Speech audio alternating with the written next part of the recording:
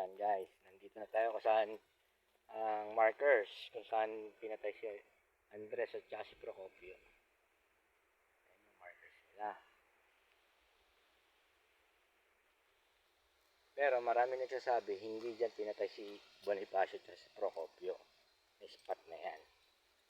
Dito daw ang spot na sinasabi nila pinagpatayan nila. Ayan. Dyan mismo. Dyan sila pinatay mismo. Estatwa na yan. Yan dalawa. Yan yung exact location kung saan pinatay sila Bonifacio at si Procopio. Yan. Ito siya. Yan.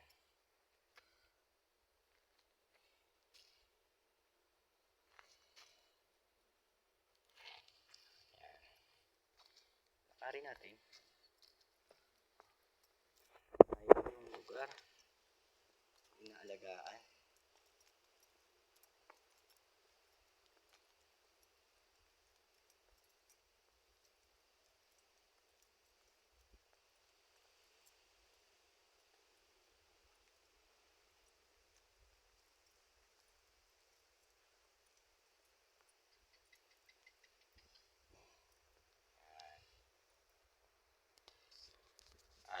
Baka mamaya puntahan din namin yung museum kung may time pa kami kung saan nilitis naman si Bonifacio.